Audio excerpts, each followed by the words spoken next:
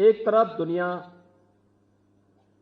आज artificial intelligence, internet of things, drone और robotic के एक नए युग में प्रवेश कर चुकी है।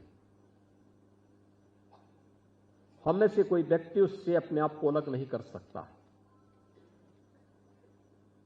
हमें करना भी नहीं चाहिए। हमें उस मानसिकता से भी उभरना पड़ेगा कि तकनीक आएगी तो रोजगार के अवसर कम करेगी। नहीं, तकनीक आएगी, रोजगार के नए अवसर अपने आप ही जुड़ जाएंगे। हम अपने आप को तैयार तो करें उसके लिए। दूसरा,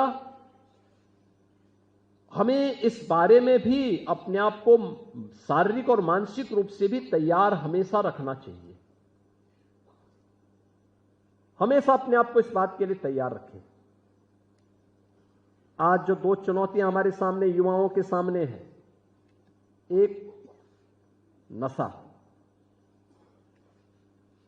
यह ड्रग का भी नशा हो सकता है और यह आपका स्मार्टफोन का भी नशा हो सकता है।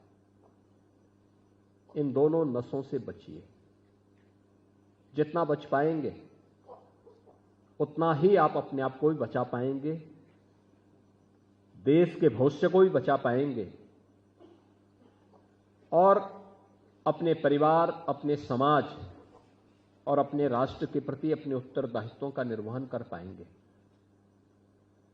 तेजी के साथ नशा माफिया युवा पीढ़ी को अपनी चपेटे में लेने का कुत्सित प्रयास करता है।